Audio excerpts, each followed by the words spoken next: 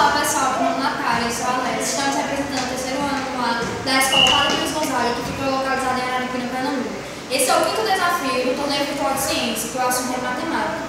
O engenheiro aeroespacial Edward Murphy havia sido bem sucedido em seu laboratório, ao trabalhar com foguetes para mediar a tolerancia do corpo humano à aceleração da gravidade. Quando convocou a imprensa para apresentar seus experimentos com foguetes, contudo, os técnicos instalaram os sensores de coletividade incorretamente, o que fez com que tudo desse errado. Constrangido, Murphy preferiu a famosa frase: se alguma coisa pode dar errado, dará. Que ficou conhecida como a lei de Murphy. Atualmente a regra é aplicada a quase tudo que dá errado.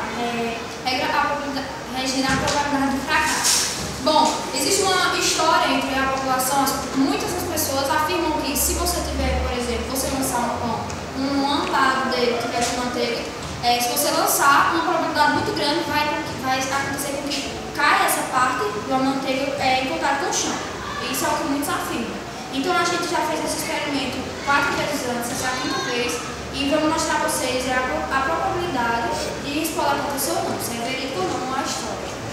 Então a gente vai lançar os 10 pães que tem aqui e vamos ver o que acontece. Essa é a primeira vez da quinta etapa.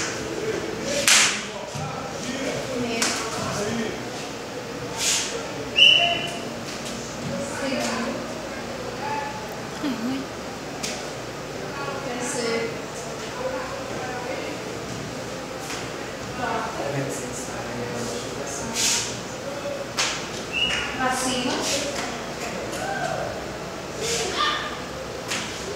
pra cima,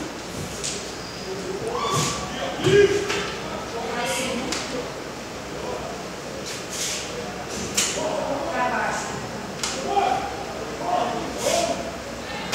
pra cima, pra cima. Então, como podemos ver, os pães que caíram pra cima foi 6 vezes e os pães que caíram para baixo foi 4 vezes.